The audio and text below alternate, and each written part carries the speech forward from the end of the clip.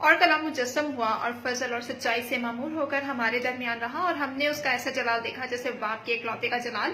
خداوند یسوع مسیح ناصری کے نام میں آپ سب کو میرا سلام۔ عزیزو، آج ہم خداوند کے زندہ زندگی بخش زندگیوں کو تبدیل کر دینے والے کلام کے حوالے سے بات کریں گے، کلام مقدس کے حوالے سے۔ یہ دنیا کی واحد ایسی کتاب ہے جس کے سب سے زیادہ ترجمے کیے گئے۔ یہ الہامی مکاشفات کی لائبریری شروع سے لے کے آخر تک خداوند یسوع مسیح کو ہی پریچ کرتی ہے۔ ہم اس کی بہت ساری ڈیفینیشنز جانتے ہیں کلام مقدس کے حوالے سے کہ یہ کیا ہے۔ یہ زندگی کی روٹی ہے، قوانین ہے، خدا کے منہ کی باتیں ہیں، الہام ہے، صلح کی خوشخبری ہے، ہمارے راہ کے لیے روشنی ہے، ہمارے قدموں کے لیے چراغ ہے، اور بہت کچھ۔ تو کیا اتنا کچھ اس کلام مقدس میں اس لیے لکھ دیا گیا کہ پیجز فل کرنے تھے، اور پھر ہم نے اسے پاک سمجھ کر اسے اپنے گھروں کی کسی اونچی مقام پر، اونچی جگہوں پر رکھ دینا ہے؟ تو پھر ہم کیوں زحمت نہیں کرتے کہ ہم ہر روز اسے کھولا بھی کریں اور اسے پڑھا کریں، سمجھا کریں؟ It is very interesting and scientifically correct book. اس میں سے ہمیں سب کچھ ملتا ہے، inspiration, action, thrill, suspense, and it's overall a hit love story.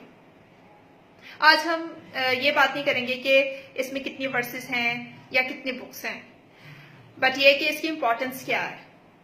پڑھیں گے ہم یسایا نبی کا صحیفہ، اس کا 34 باب اور اس کی 16 آیت۔ کیا لکھا ہے؟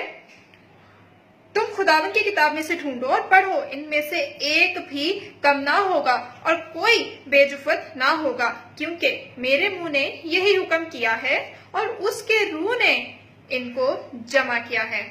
آمین۔ اب ہم نے لفظوں پر غور کرنا ہے کہ کیا لکھا ہے اس آیت میں۔ تم خداوند کی کتاب میں سے ڈھونڈو اور پڑھو۔ تو عزیزو، یہاں پر ہمیں ڈھونڈنے کے لیے اور پڑھنے کے لیے کہا گیا ہے۔ یہ نہیں کہا گیا کہ ہم نے اسے اتنا پاک سمجھ کر اپنے گھروں میں اونچے مقاموں پر رکھ دینا ہے اور ہمیں پھر برکت ملتی رہے گی۔ ایسے ہمیں برکت نہیں ملے گی۔ برکت تب ٹرانسفر ہوگی جب ہم اسے کھولیں گے، پڑھیں گے اور اسے اپنی زندگی میں اتاریں گے۔ پھر آگے لکھا ہے ان میں سے ایک بھی کم نہ ہوگا۔ یوحنا رسول کہتا ہے کہ اگر خداوند یسوع کے کام جدا جدا لکھے جاتے تو اس دنیا میں گنجائش نہ ہوتی کتابیں رکھنے کی، لیکن ہمارا ایمان ہے جو کلام میری اور آپ کی نجات کے لیے، ہمیشہ کی زندگی حاصل کرنے کے لیے کافی تھا، وہ ہم تک پہنچ گیا۔ ان میں سے ایک بھی کم نہیں ہے۔ ضرورت ہے کہ ہم اس بھیدوں کو تلاش کریں، پڑھیں، اس میں سے ڈھونڈیں۔ اتنے بھید ہیں کہ کھلتے جاتے ہیں اور ختم ہی نہیں ہوتے۔ پھر آگے لکھا ہے اور کوئی بے جفت نہ ہوگا۔ کوئی بے جفت نہ ہوگا۔ ہم دیکھتے ہیں خداوند نے ہر چیز کو پیر میں بنایا ہے، دن رات، مرد عورت، پرانا عہد نامہ، نیا عہد نامہ۔ اور ہم کوئی بھی ورسز پڑھتے ہیں پرانے عہد نامے سے تو نیا عہد نامہ اس کی کنفرمیشن، اس کی تصدیق ضرور کرتا ہے، کلام کو ثابت ضرور کرتا ہے۔ پھر آگے لکھا ہے کیونکہ میرے منہ نے یہی حکم کیا ہے اور اس کی روح نے ان کو جمع کیا ہے۔ آمین۔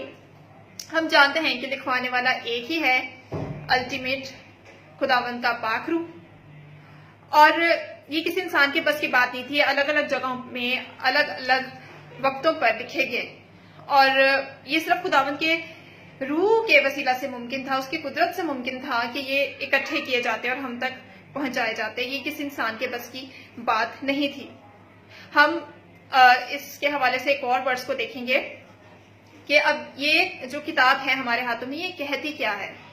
پڑھیں گے ہم یوحنا رسول کی معرفت لکھی گئی یسوع مسیح کی انجیل، اس کا 5 باب اور اس کی 39 آیت۔ لکھا ہے تم کتاب مقدس میں ڈھونڈتے ہو کیونکہ سمجھتے ہو اس میں ہمیشہ کی زندگی ملتی ہے، اور یہ وہ ہے جو میری گواہی دیتی ہے۔ آمین۔ خداوند یسوع کے منہ کے الفاظ ہیں کہ یہ کتاب وہ ہے جو کس کی گواہی دیتی ہے؟ خداوند یسوع کی گواہی دیتی ہے۔ اور ہم اسے 2 ورسز اوپر چلے جائیں تو وہاں پر لکھا ہے کہ باپ بیٹی کی گواہی دیتا ہے۔ پھر یوحنا کی انجیل 15 باب اس کی 26 آیت میں لکھا ہے کہ روح القدس بیٹے کی گواہی دیتا ہے۔ اور پھر خداوند یسوع ہم سے بھی کہتا ہے جب تم روح القدس پاؤ گے تم میرے گواہ ہوگے۔ ہر ایک چیز خداوند یسوع مسیح کی ہی گواہی دیتی ہے۔ پڑھیں گے ہم ایک اور حوالہ کہ اس کتاب کا ڈیفینیٹ پرپس کیا ہے لکھے جانے کا۔